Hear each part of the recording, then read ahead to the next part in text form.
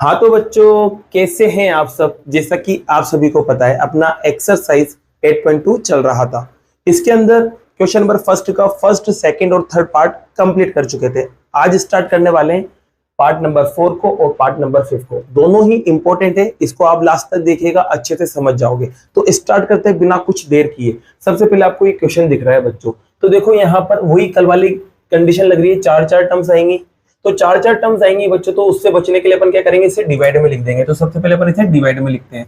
तो sign 30 as it is, फिर ten 45 भी एज इट इज, और माइनस में कोसेक 60 एज इट इज। इसकी डिवाइड में कौन है बच्चों, तो इसकी डिवाइड में है ये पूरा का पूरा। तो ये डिवाइड में अब लिख देंगे सेक 30 डिग्री, फिर कोस 60 डिग्री, फिर आएगा कोट 45 डिग्री। ठीक है, डिवाइड में लिख दिया। अब क्या करेंगे, वैल्यू रखेंगे। तो बच्चों साइन 30 की वैल्यू आपको पता है क्या होती है, 1/2 plus as it is tan 45। Tan 45 कितना होता है, 1। तो यहाँ रख देंगे आप 1। फिर minus as it is cosec 60 की वैल्यू बच्चों। अब कोसेक 60 की तो याद ही नहीं, तो कोसेक उल्टा किसको होता है, साइन को होता है ना। और साइन 60 की वैल्यू क्या होती है, √3/2। उल्टा कर दो उसका, तो क्या आएगा 2/√3। तो इसकी वैल्यू मिलेगी आपको 2/√3। अब डिवाइड का साइन एज इट इज, अब यहाँ भी वैल्यू रखते हैं। सेक, अब सेक भी पता नहीं है, तो सेक उल्टा किसको होता है, कोस का। और कोस 30 की वैल्यू क्या होती है, तो कोस 30 की वैल्यू होती है √3/2। उल्टा करेंगे बच्चों उसका, तो क्या आएगा 2/√3। फिर plus sine as it is, cos 60 आपको पता है क्या होता है, 1/2। कोट 45 ये भी 1 होता है, वैल्यू आपने रख दी। अब क्या करेंगे बच्चों, इसको सॉल्व करेंगे। तो इसके लिए एलसीएम लेना पड़ेगा। तो यहाँ 1 आ जाएगा और यहाँ 1 आ जाएगा। अब आपको पता है 1 से तो मतलब नहीं है, 2 और √3 का एलसीएम लेंगे। तो 2 और √3 का एलसीएम इन दोनों का मल्टीप्लाई होगा। ठीक है, अब 2 से 2 कट जाएगा, बचा कौन रहेगा, √3। √3 को ऊपर इंटू करेंगे बच्चों, तो क्या आएगा √3 प्लस एज इट इज। 1 से किसी को भी काटो उतनी ही बार कटता है, तो 1 से इसको जब काटेंगे तो 2√3 बार कटेगा। और 2√3 को जब आप ऊपर इंटू करेंगे तो 2√3 आ जाएगा, माइनस एज इट इज। √3 से √3 कट जाएगा, बचा रहेगा 2। ये 2 ऊपर मल्टीप्लाई हो जाएगा, तो क्या बनेगा 4। अब इसके बाद बच्चों यहाँ पर डिवाइड का साइन एज इट इज, फिर यहाँ भी एलसीएम लेंगे। तो एलसीएम वापस 7 से तो मतलब नहीं है, इन दोनों से मतलब है। तो एलसीएम आएगा 2√3 का। ठीक है, अब √3 से √3 कट जाएगा, बचाएगा क्या रहेगा 2। 2 ऊपर इंटू हो जाएगा, तो क्या बनेगा 4 प्लस एज इट इज। 2 से 2 कट गया, बचा रहेगा √3। √3 को ऊपर इंटू करेंगे तो √3 आ जाएगा। फिर बात करें बच्चों यहाँ पर 1 प्लस एज इट इज। अब 1 से किसी को भी काटो तो जो भी है उतनी बार कटेगा, तो 2√3 बार कटेगा। 2√3 को 1 से इंटू करेंगे तो क्या बनेगा बच्चों 2√3। अब देखो मैं यहाँ दो काम करने वाला हूँ। क्या करने वाला हूँ, दो काम। पहला तो बच्चों ये कि ये √3 है, इनको मैं प्लस कर दूंगा। क्या कर दूंगा, प्लस। और दूसरा ये जो साइन है इसको मैं बदलूंगा, तो इस साइन को मैं बदल के क्या कर रहा हूँ, मल्टीप्लाई। अब इसको सोल्व करते हैं। तो बच्चों यहाँ देखो ये दोनों जुड़ जाएंगे, तो ये एक बार √3 है, ये दो बार √3 है, तो कितनी बार हो जाएगा बच्चों, 3 बार √3 हो जाएगा। और पीछे क्या चल रहा है, माइनस का 4। अपोन में बात करें बच्चों, तो अपोन में क्या चल रहा है 2√3। अब जिस बच्चों में डिवाइड में बदलूंगा, डिवाइड को मल्टीप्लाई में बदलूंगा, तो इसका क्या हो जाता है, रेसिप्रोकल, उल्टा हो जाता है। मतलब 2√3 ऊपर चल जाएगा और ये वाला बंदा नीचे आ जाएगा। तो ये बंदा नीचे आएगा, तो इसको प्लस करके लिख देता हूं पहले तो इन दोनों को प्लस करेंगे, 1√3 2√3 कितने हो गए बच्चों, 3√3 हो गए। और प्लस में क्या चल रहा है बच्चों, 4 चल रहा है। अब आप देखोगे कि यार ये दोनों तो कट गए। अब बचा हुआ क्या है, तो बचा हुआ आपके पास 3 माइनस √3 माइनस का 4। और नीचे क्या चल रहा है बच्चों, 3√3 प्लस 4। अब बच्चों यहाँ अगर नीचे की तरफ √3 नहीं होता, √3 नहीं होता तो यही आपका आंसर था। लेकिन यहाँ रूट आ रहा है, तो रूट को हटाना पड़ेगा। और रूट को हटाने के लिए क्या करते हैं अपन, रेशनलाइज।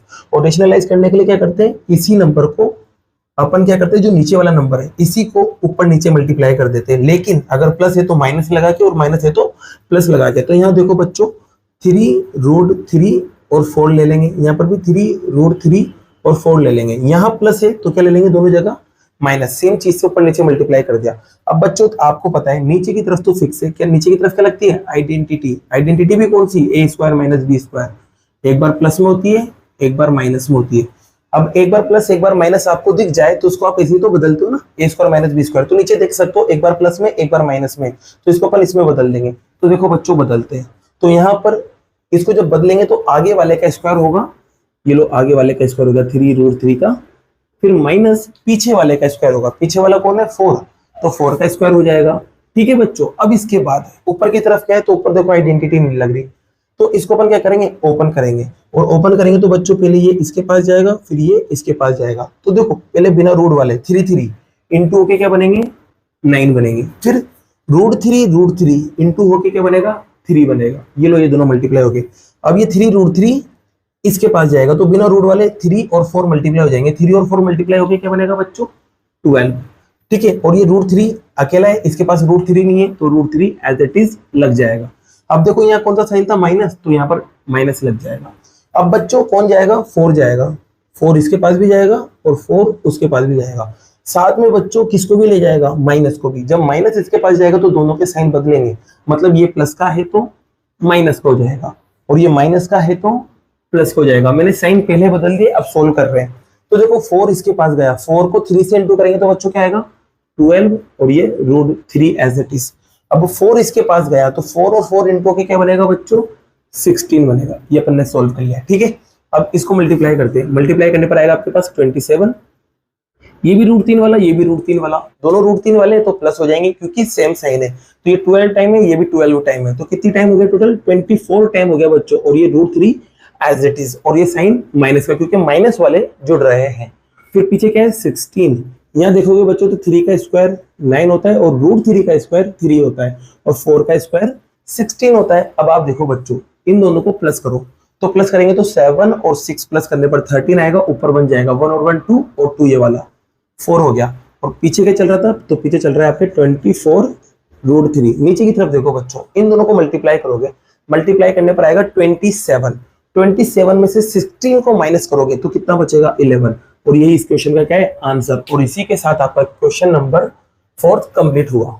तो बच्चों अब यहाँ पर अपन क्वेश्चन नंबर 5 को लेने वाले हैं। क्वेश्चन नंबर 5 जो है उसको मैंने डिवाइड की फॉर्म में यहाँ लिख दिया है। बस अब क्या करना है, वैल्यू रखना है और सॉल्व करना है। तो बच्चों वैल्यू रखते हैं 5, तो एज इट इज cos 60 बच्चों होता है 1/2, और इसका क्या कर देंगे अपन, स्क्वायर, क्योंकि स्क्वायर लगा हुआ है। 4 एज इट इज। सेक की बात करें बच्चों तो सेक उल्टा होता है cos का, और cos 30 की वैल्यू √3/2 होती है। उल्टा कर दो बच्चों उसका, तो उल्टा करने पर क्या बनेगा, 2/√3, और इसका स्क्वायर। फिर माइनस एज इट इज। 1045 बच्चों क्या होता है, तो 1045 1 होता है, और 1 का स्क्वायर।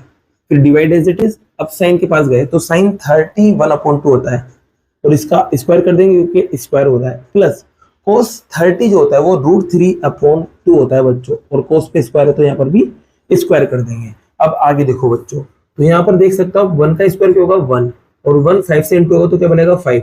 2 का स्क्वायर क्या होगा बच्चों, 4। अब यहाँ देख सकते हो 2 का स्क्वायर 4 इस बाहर वाले 4 से इंटू होगा तो 16, और नीचे √3 का स्क्वायर क्या होगा बच्चों, 3, माइनस एज इट इज 1 का स्क्वायर 1 हो जाएगा। फिर डिवाइड का साइन एज इट इज। फिर यहाँ बात करते हैं बच्चों, 1 का स्क्वायर 1, 2 का स्क्वायर 4, √3 का स्क्वायर 3, 2 का स्क्वायर 4। ठीक है, अब यहाँ पर एलसीएम लेंगे बच्चों, तो 1 लगा देंगे, और एलसीएम आएगा 4 3 का, और 4 3 का एलसीएम होता है 12।